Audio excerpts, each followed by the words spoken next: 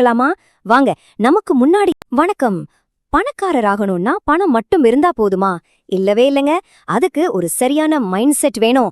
பணக்காரங்க எப்படி யோசிக்கிறாங்க, நாம எப்படி அந்த மாதிரி யோசிக்க ஆரம்பிக்கலான்னு தெரிஞ்சுக்கலாமா?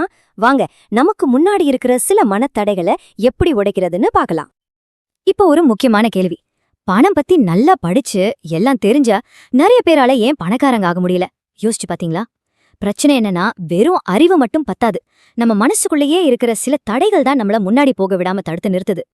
Rich dad poor dad book படி மொத்தம் 5 முக்கியமான மனத்தடைகள் இருக்கு. 1 பயம், 2வது சந்தேக புத்தி, அதாவது எதுக்கு எடுத்தாலும் நெகட்டிவா யோசிக்கிறது, 3வது சோம்பேறித்தனம், 4வது நம்மளே குழி தோண்டி புதைக்கிற சில கெட்ட பழக்கங்கள், கடைசியா 5வது எல்லாம் எனக்கு தெரியுங்கிற அந்த தலைக்கணும். இது ஒவ்வொன்னையும் எப்படி ஜெயிக்கிறதுன்னு தான் இப்ப பார்க்க போறோம். பாருங்க, நம்ம ஜெயிக்கிறதுக்கு உண்மையான தடை நம்மளோட அறிவுல இல்ல, நம்மளோட மைண்ட் செட்ல தான் இருக்கு. இதுல நாம முதல்ல சந்திக்க போற எதிரி இருக்கானே, அவன்தான் இந்த 5லயே ரொம்ப பவர்ஃபுல்லானவன். அதுதான் பயம். சரி, பணக்காரங்களுக்கு பயமே இருக்காதான்னு நீங்க கேட்கலாம். கண்டிப்பா இருக்கும். ஆனா அவங்களுக்கும் நமக்கும் ஒரே ஒரு முக்கியமான வித்தியாசம் இருக்கு. அவங்க அந்த பயத்தை எப்படி கையாள்றாங்க அப்படிங்கிறது தான் விஷயம். ஜெயிக்கணும்னு முடிவு பண்ணிட்டா தோத்துடுவோமோங்கிற பயம் நம்மள ஆளவே கூடாது. சொல்லப்போனா ஒரு பணக்காரருக்கும் ஒரு ஏழைக்கும் இருக்கிற அடிப்படை வித்தியாசமே அவங்க பயத்தை எப்படி ஹேண்டில் பண்றாங்கங்கிறது தான். இதை நீங்க புரிஞ்சுக்கிட்டாலே போதும், நீங்க பணக்காரர் ஆகிறதுக்கான முதல் படியை எடுத்து வச்சுட்டீங்கன்னு அர்த்தம். பாருங்க, தோல்வி வரும்போது மனுஷங்க 2 விதமா தான் ரியாக்ட் பண்ணுவாங்க. ஜெயிக்கிறவங்க என்ன பண்ணுவாங்க, அந்த தோல்வியிலிருந்து பாடம் கத்துக்கிட்டு முன்ன விட இன்னும் ஸ்ட்ராங்கா எழுந்து நிப்பாங்க. ஆனா தோக்குறவங்க அந்த ஒரு தோல்வியிலேயே முடங்கி போய் போதுண்டா சாமி, இனிமே ரிஸ்கே வேண்டான்னு ஒதுங்கிடுவாங்க. கடைசியில ஒரு பெரிய வாய்ப்பை இழந்துட்டு நிப்பாங்க. டெக்சாஸ்ல ரிமெம்பர் தி ஆலமோ அப்படின்னு ஒரு முழக்கம் ரொம்ப பிரபலம். அது ஒரு பெரிய தோல்வியோட ஞாபகார்த்தம் தான். ஆனா அங்க இருக்கிற மக்கள் அந்த தோல்வியை ஒரு அவமானமா பார்க்கவே இல்லை. அது ஒரு உத்வேகமா, ஒரு வெறியா மாத்தி அதுக்கப்புறம் நடந்த போரை ஜெயிச்சாங்க. தோல்வியை எப்படி ஜெயிக்கிறதுக்கான எரிபொருளா மாத்தணும்னு இதுல இருந்து நாம கத்துக்கலாம்.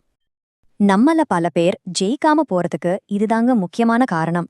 பணக்காரராகிற சந்தோஷத்தை விட பணத்தை இழந்துடுவோமோங்கிற வலிதான் நமக்கு ரொம்ப பெருசா தெரியுது. அதனாலதான் நம்ம ஜெயிக்கிறதுக்காக விளையாடாம அப்பாடா தோற்காம இருந்தா போதும்னு ரொம்ப சேஃபா விளையாடுறோம். ஓகே, நம்மளோட அடுத்த தடைக்கு வருவோம். அதுதான் சந்தேக புத்தி. இது நமக்குள்ளேயே இருக்கிற ஒரு வாய்ஸ். அது சொல்லிட்டே இருக்கும், அதெல்லாம் உன்னால முடியாது, இது நமக்கு செழிப்பட்டு வராதுன்னு சொல்லி நம்மள எந்த முயற்சியும் எடுக்க விடாம முடக்கி போடும். பாருங்க, சந்தேகவாதிகள் குறை சொல்வார்கள், வெற்றியாளர்கள் ஆராய்வார்கள். வித்தியாசம் ரொம்ப சிம்பிள். சந்தேகப்படுறவங்க ஒரு விஷயம் ஏன் நடக்காதுன்னு 1000 காரணம் சொல்லி குறை சொல்லிட்டே இருப்பாங்க. ஆனா ஜெயிக்கிறவங்க அதை எப்படி நடக்க வைக்கலான்னு யோசிப்பாங்க, ஆராய்வாங்க. குறை சொல்றது கதவை மூடும், ஆனா ஆராய்றது புதுசா ஒரு கதவை திறக்கும். உதாரணத்துக்கு, ஐயோ இதெல்லாம் என்னால வாங்கவே முடியாதுன்னு நீங்க சொன்னா உங்க மூளை அங்கேயே ஷட் டவுன் ஆயிடும், அப்படியே ஸ்டாப் ஆயிடும். ஆனா அதுக்கு பதிலா இதை நம்ம எப்படி வாங்கலாம்னு உங்களையே நீங்க கேட்டு பாருங்க. அப்போ உங்க மூளை அதுக்கான வழியை தேட ஆரம்பிக்கும். பாத்தீங்களா, ஒரு சின்ன கேள்விதான், ஆனா எவ்வளோ பெரிய வித்தியாசம். இப்போ ரியல் எஸ்டேட்ல இன்வெஸ்ட் பண்ணலான்னு சொன்னா நிறைய பேர் உடனே சொல்ற காரணம் என்ன தெரியுமா? ஐயோ, நான் எதுக்கு அடுத்தவங்க வீட்டு டாய்லெட்டை சரி பண்ணிக்கிட்டு இருக்கணும்? இதுதான் சந்தேக புத்தி. ஆனா ஜெயிக்கிறவங்க எப்படி யோசிப்பாங்க? ஓ, இதுக்கு ஒரு ப்ராப்பர்ட்டி மேனேஜரை வேலைக்கு வச்சுட்டா அந்த வேலையை அவங்க பார்த்துப்பாங்களேன்னு யோசிப்பாங்க. அவ்வளவுதான் வித்தியாசம். KFC நிறுவனர் கர்னல் சாண்டர்ஸ் கதை உங்களுக்கு தெரியும்ல? அவரோட அந்த சிக்கன் ரெசிபியை விற்கிறதுக்காக ஒரு தடவை 2 தடவை இல்ல 1090 தடவை நிராகரிக்கப்பட்டிருக்கார். சுத்தி இருந்தவங்க எல்லாரும் அவரை பார்த்து சிரிச்சாங்க. அவர் மட்டும் அந்த சந்தேகவாதிங்க பேச்சை கேட்டிருந்தா இன்னைக்கு KFCயே இருந்திருக்காது இல்லையா? சரி, நம்மளோட 3வது பெரிய தடைக்கு வருவோம். நம்மளோட கெட்ட பழக்கங்கள்.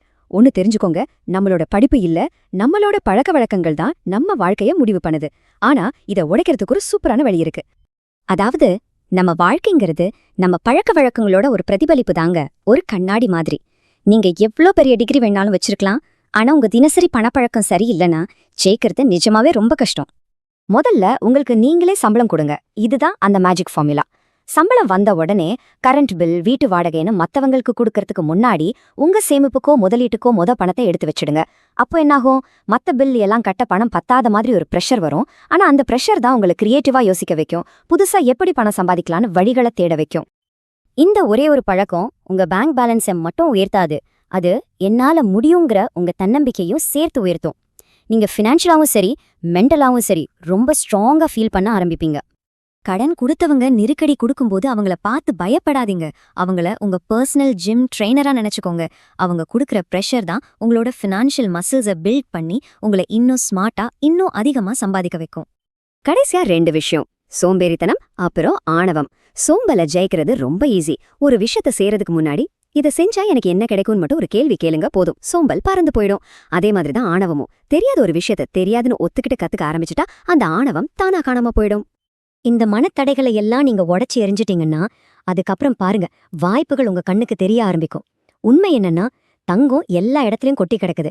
ஆனா அதை பாக்குறதுக்கு நம்ம கண்ணுக்கு பயிற்சி இல்ல. அந்த பயிற்சி தான் இந்த மனத்தடைகளை ஜெயிக்கிறது. உங்களுக்குள்ள இருக்கிற அந்த நிதி மேதை உங்களுக்காக தான் காத்துக்கிட்டு இருக்கு. இப்ப சொல்லுங்க, இந்த 5 தடைகள்ல நீங்க முதல்ல உடைக்க போற தடை எது? யோசிங்க. இன்னைக்கு